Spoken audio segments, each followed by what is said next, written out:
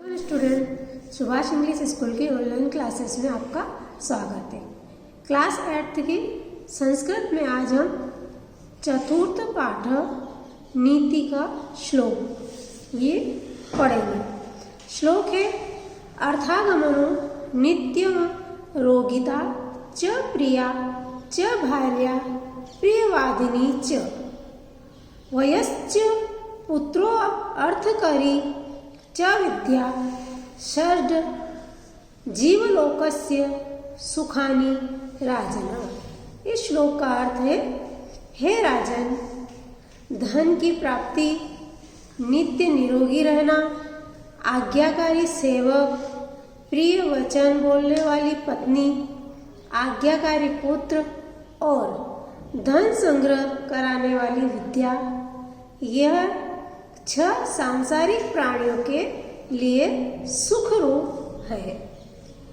इस श्लोक में कहा गया है कि यदि आपके पास धन प्राप्त हो, आप स्वस्थ हो, आपके पास प्रिय बोलने वाले मित्र या पत्नी हो, आज्ञाकारी पुत्र हो जो आपकी आज्ञा का पालन करे, और आपके पास ऐसी विद्या हो जिसमें धन का संग्रह हो, यानी कि आप नौकरी करते हो, कमाते हो, आपका पढ़ा हुआ, आपने जो पढ़ाई की है उसके माध्यम से यदि आप धन कमाते हो तो आप इस संसार में सुखी हो। अगला श्लोक है अयुक्तम स्वामिनो युक्तम युक्तम नीचस्य दूषणम अमृतम रहावे मृत्यु विषम शंकरम भूषणम।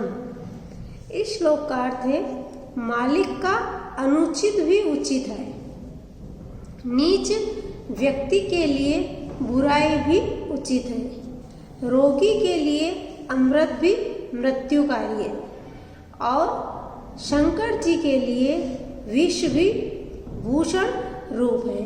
यानी कि इस श्लोक में बताया है कि जो मालिक है वो अनुचित कार्य करे वो भी उचित है। अनुचित कार्य मतलब किसी को रोकना, मना करना, ये नहीं करना, वो नहीं करना, वो सब उचित है। और जो नीच व्यक्ति होता है, जिसको अच्छा बिल्कुल ही नहीं लगता है, अच्छाई बिल्कुल लगती नहीं है, कोई अच्छाई हो तो उसके लिए बुराई ही सबसे अच्छी है। और रोगी जो होता है उसको अमृत पिला दो पर उसके लिए मृत्यु ही निश्चय है।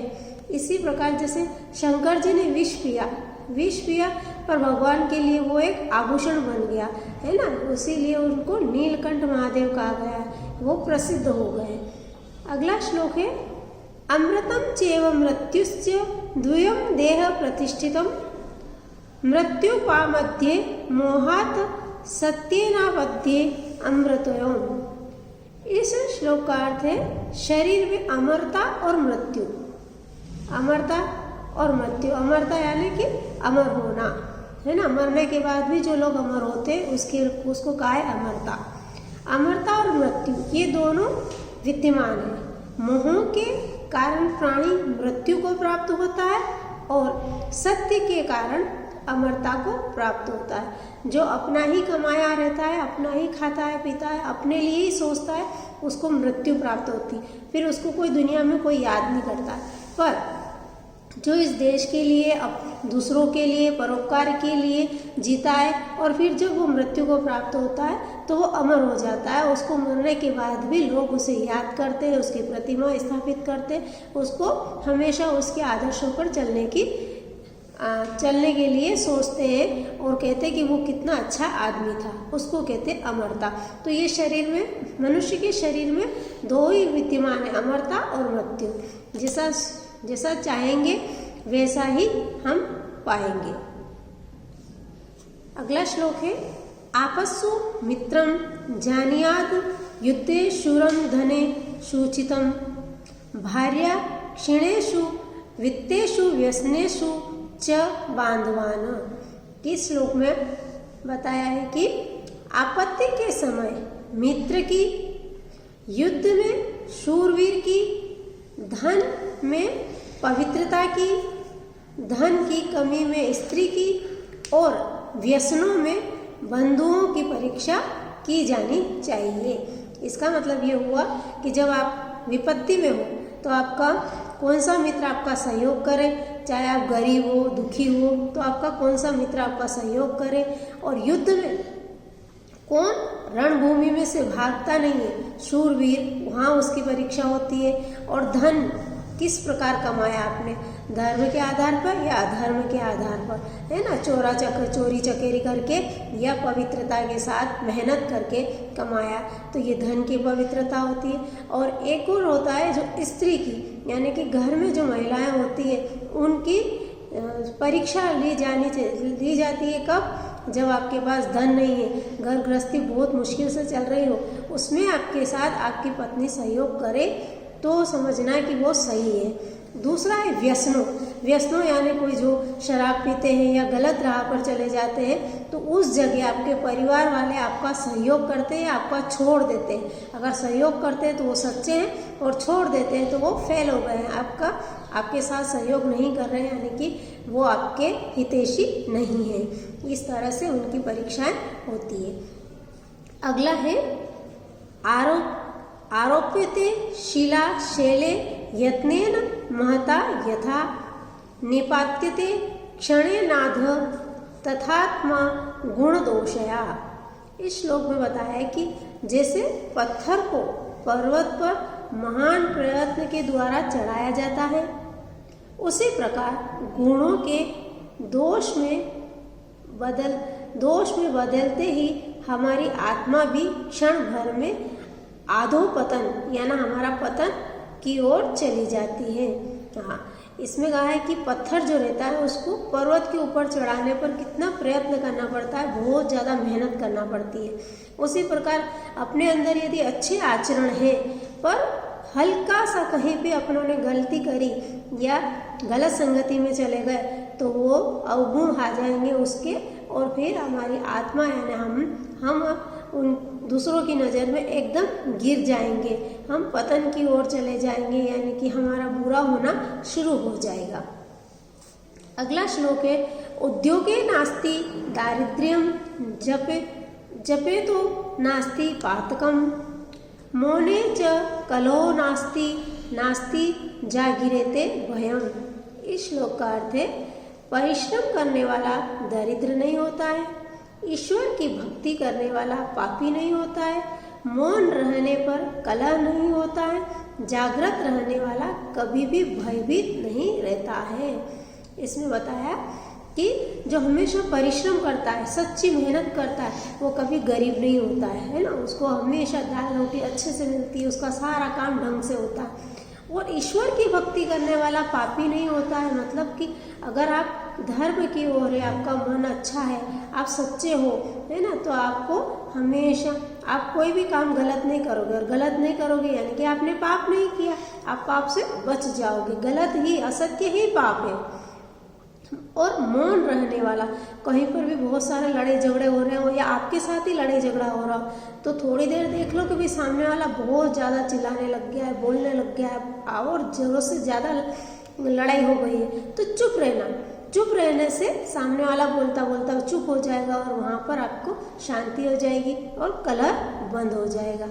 और जागृत रहने वाला यानी कि हमेशा सचेत रहने वाला कभी भी भयभीत नहीं होता है। हम जो सचेत रहता है वो डरता नहीं है। अगला श्लोक है किम चिद्दम को नु संगो में किम वास्तवी विनीत पातित कुतो मया श्रेयद दोष इति नित्यम विचिंतयेत। इसका अर्थ है मनुष्य को यह प्रतिदिन चिंतन करना चाहिए कि मुझ में क्या बुराई है, क्या आसक्ति है, कौन सी वस्तु है जो परिवर्तनशील है। मतलब उसने कहा है कि मनुष्य को दिन भर ये सोचना चाहिए, दिन भर तो नहीं सोच पाते, तो सुबह उठते से कि आज मुझे क्या करना चाहिए और कल मैंने क्या गलतियां करी वो आज नहीं करूँगा, और रात को सोते समय एक बार चिंतन करना चाहिए कि मैंने आज क्या काम नहीं किया, या मैंने आज कौन से कटु वचन बोले या कौन से अच्छे वचन बोले वो मैं कल नहीं करूँगा, और मेरे अंदर क्या बुराई है, मेरे अंदर क्या अच्छाई और क्या बुराई है, और बुराई है उसे निकालने की कोशिश करना चाहिए, और आसक्ति यानी दूसरों पर निर्भर नहीं रहना चाहिए, बहुत ज़्यादा लगाव नहीं रखना चाहिए। जैसे मोबाइल, टीवी ऐसे प्रोग्रामों का आप रखते हो ना, ऐसा नहीं रखना चाहिए। तो कौन सी वस्तु आपके लिए उचित है, कौन सी वस्तु परिवर्तनशील नहीं है, मुझ में कौन से दोष या व्यसन है, मेरे अंदर कौन से दोष है या मैं कौन कौन से ऐसे व्यसन करता हूँ जो शरीर के लिए और दूसरों के लिए, समाज के लिए दुखदायी है, ऐसा चिंतन करना चाहिए। अगला श्लोक है, गुणेषु क्रियताम यत्नः किमाटोपे प्रयोजनम विक्रियन्ते न घंटार्विवार्गो क्षीर विवर्जिता। इसका अर्थ है हमें हमेशा उत्तम गुणों को प्राप्त करने के लिए प्रयत्नशील रहना चाहिए। बाहरी दिखावे में क्या रखा है, दूध न देने वाली गायों के गले में घंटी बांधने पर भी उन्हें खरीदने वाला कोई नहीं होता है। ये सही बात है कि हमें दूसरों को दिखाने की होड़ नहीं लगाना चाहिए। आज का ज़माना दिखाने का है, भले कुछ भी हो जाए, है ना, कि एक बार एक ड्रेस पहन ली और दूसरी बार कहीं जाएंगे तो अरे मुझे क्या कहेंगे, उस दिन यही पहनी क्या, ये दिखावा है। तो ये दिखावे का नहीं होना चाहिए, जैसा हो वैसा हमें करना चाहिए और अच्छे गुणों को प्राप्त करने के लिए हमेशा प्रयत्नशील रहना चाहिए। जैसे कि कोई गाय है, अगर वो दूध नहीं देती है तो उसके कितना भी अच्छा उसके सींग वगैरह अच्छे कलर कर दो, है ना, उसको मेहंदी लगा लो, उसके गले में घंटा बांध दो और फिर कह दो कि मुझे ये बेचनी है, तो लोग पहले ये पूछेंगे गाय तो सुंदर है पर दूध देती कि नहीं देती है। अगर वो नहीं देती है तो उसे कोई नहीं खरीदता। इसलिए अवगुणों वालों को कोई नहीं पूछता है, चाहे वो कितने भी सुंदर ड्रेस पहने हो, कितना भी दिखावा करते हो। अगला श्लोक है, निर्धनस्य विषम भोगो निस्वस्यस्य विषम रमणम अनाभ्यासे विषम शास्त्रम अजीर्णे भोजनम विषम। इस श्लोक में बहुत ही अच्छी बात बताई है। निर्धन व्यक्ति के लिए भोग विषकारी होते हैं, कमजोर व्यक्ति के लिए युद्ध विषकारी या दुर्जय होता है, अभ्यास के बिना शास्त्र विषकारी या अकल्याणकारी होता है। इसी प्रकार अपच की स्थिति में भोजन विषकारी या रोग को बढ़ाने वाला होता है। निर्धन व्यक्ति के लिए भोग यानी आलीशान बंगले की इच्छा करना, बड़े 4 व्हीलर लाना या उसके घर में सोफा, टीवी ये वगैरह सब होना। तो जो निर्धन है बेचारा, जो रोज़ कमाता है रोज़ खाता है, उसके लिए सब विषकारी है। यदि वो खरीद भी लेता है तो कर्ज हो जाएगा और कर्ज के माथे वो डूब जाएगा या फिर वो उतार नहीं पाएगा, हमेशा उसके टेंशन चिंता रहेगी। इसी प्रकार जो कमज़ोर व्यक्ति है और उसको कह दे कि तो युद्ध करने जा, है ना, तो वो कभी जीत नहीं पाएगा। इसी प्रकार जैसे आपके अनभ्यासे विषम शास्त्र है, अगर आपकी कॉपी बना लिया, आपने लिख लिया, सारा मैटर बना लिया, पर आपने याद नहीं करा तो आप फेल हो जाएंगे और फेल होना ही विष है, जहर जैसा काम है ना। तो अनभ्यास है, अगर अभ्यास नहीं किया, लगातार आपने पढ़ाई नहीं करी, याद नहीं किए, प्रैक्टिस नहीं करी, तो वो आपके लिए विषकारी हो जाएगा, अकल्याणकारी हो जाएगा, है ना। इसी प्रकार यदि आपको भूख नहीं है, बिल्कुल भूख नहीं है और आपने भोजन कर लिया, आपने बिल्कुल पेट भरा हुआ है और बाद में कोई लाके कहते कि ये गुलाब जामुन खा ले, और यदि आपने खा लिए तो आपको अपच हो जाएगा, उल्टी हो जाएगी। इस तरह से आपके लिए वो विषकारी हो जाता है और फिर ये सब चीज़ें क्या हो जाती है, चिंता करने से भी रोग होते हैं, युद्ध में जाने से अगर आप कमज़ोर हो तो आप मर जाओगे, है ना। अनभ्यास आपने परीक्षा दी तो आप फेल हो जाओगे, अपच आपने भोजन कर लिया तो आप बीमार हो जाओगे। तो ये सारी चीज़ें होती है रोग को बढ़ाने वाली, मानसिक रोग या शारीरिक रोग, किसी भी प्रकार से रोग उत्पन्न हो सकता है। अब ये श्लोक आपको अच्छे से समझ में आ गए होंगे और आपकी फेयर कॉपी में श्लोक और अर्थ आपको लिखना है। धन्यवाद। अब हम चतुर्थ पाठ नीति श्लोक के वर्कशीट समझेंगे, इसी पाठ की है ना। प्रश्न है एक पदेन उत्तरम लिखत। क भार्या कीदृशी भवेत, पत्नी किस प्रकार की होना चाहिए, तो प्रियवादिनी, प्रिय बोलने वाली। दूसरा है विद्या कीदृशी भवेत, विद्या कैसी होनी चाहिए, तो अर्थकरी यानी धन कमाने वाली। युक्तम नीचस्य किम भवति, नीच लोग कैसे होते हैं, तो दूषणम यानी दोषी। अगला है मनुष्य मृत्यु कथम आपत्यते, मनुष्य को मृत्यु कब आती है, तो मोहात, मोह में पड़ जाने के पर। अगला है मित्र कदा जानियात, मित्र को कब जानना चाहिए, आपस्सु यानी आपत्ति में। अगला क्वेश्चन है एक वाक्यन उत्तरम लिखत। क है अजीर्णे विषम किम, अजीर्ण विष, अपच विष कब बन जाता है, तो अजीर्णे विषम भोजनम, भोजन को अपच भोजन को विष बना देता है। अगला है दारिद्र्यम पुत्र नास्ति, गरीबी कब नाश होती है, तो दारिद्र्यम उद्योगेन नास्ति, उद्योग करने से दरिद्रता नाश हो जाता है। मानवः नित्यम किम विचयन्ते, मनुष्य को रोज क्या चिंतन करना चाहिए। मानवः नित्यम विचिन्तयते किम में छिद्रम कह दोषम, मेरे अंदर कौन से दोष हैं। गुणेषु कह करणीयम, गुणों को कैसे प्राप्त करना चाहिए, तो गुणेषु यत्नम करणीयम, गुणों को यत्न पूर्वक प्राप्त करना चाहिए। अनभ्यासे किम विषम, अनभ्यास किसको विष बना देती है, तो अनभ्यासे विद्या विषम, अनभ्यास से विद्या विष बन जाती है।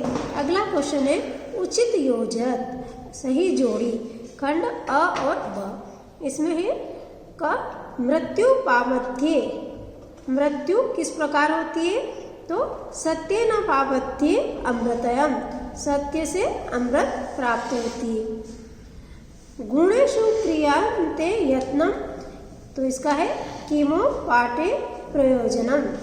अनाभ्यासे विषम शास्त्रम, तो अजीर्णे भोजनम विषम।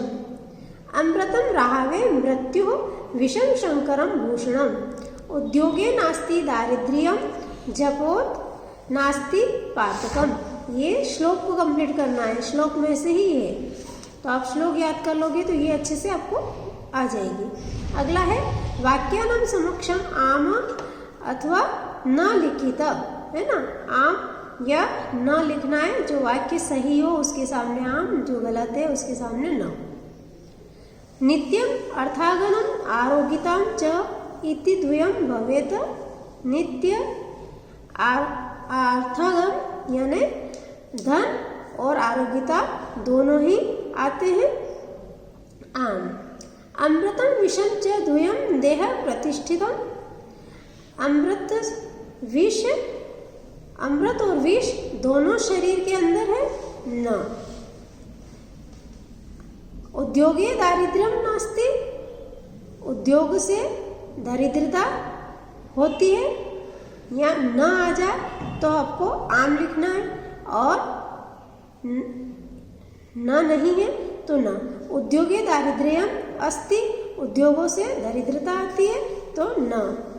व्यसनेषु बांधवान जानियात, आप गलत व्यसन में पड़ जाते हो उस समय आपके परिवार को जानना चाहिए तो आम। सत्येन अमृतम आपद्यते, सत्य से अमरता प्राप्त होती है, अमरता आती है तो आम, राइट। अगला है पदानि विभक्ति वचनम च लिखित, इन पदों के जो दिए हुए हैं इनमें शब्द और विभक्ति और वचन लिखना है। जैसे लिखा हुआ है नीचस्य, शब्द क्या है इसका, मेन मूल शब्द है नीचः, विभक्ति स्य लग गया तो षष्ठी विभक्ति है ना, और वचन कौन सा है, एक वचन। आपस्सु, सु लगा हुआ है, इसका आपत तो क्या है, मूल शब्द है, और सु लगा हुआ है यानी कि सप्तमी विभक्ति है, और ये आखिरी का है बहुवचनम। युद्धे, युद्धे ये भी युद्ध इसका मूल शब्द है, और दे यानी सप्तमी विभक्ति है, और ये एक वचन है। है ना, राम की विभक्ति के अनुसार ये सब अच्छे से समझ सकते हो आप। अगले क्षीणेषु, शु लगा हुआ है इसमें। अब ये इसका मूल शब्द है क्षीण, सप्तमी विभक्ति बहुवचन, धने, है ना, धनम मूल शब्द है, सप्तमी विभक्ति है और एक वचन है। गुण दोष यो लगा हुआ है, इसमें गुण और दोष मूल शब्द है और ये यो जो शब्द है ये षष्ठी विभक्ति में भी आता है और सप्तमी में भी आता है। तो सप्तमी और षष्ठी विभक्ति है और द्विवचन है ना। निर्धनस्य, निर्धनम और षष्ठी विभक्ति है, एक वचन है। मौने, ने मौनम मूल शब्द है, सप्तमी विभक्ति है और एक वचन। व्यसने सु पर ध्यान दो। व्यसनम ये मूल शब्द है, सप्तमी विभक्ति है क्योंकि सु लगा हुआ है और बहुवचन। बांधवा न आता है, न काय में आता है, रामान, है ना। तो बांधवा न ये क्या है, मूल शब्द है और द्वितीय विभक्ति है और बहुवचन है। ठीक है, अब आपको ये वर्कशीट आपकी फेयर कॉपी में उतारना है, साफ सुथरे अक्षरों में, सुंदर अक्षरों में, और आपको याद करना है। धन्यवाद।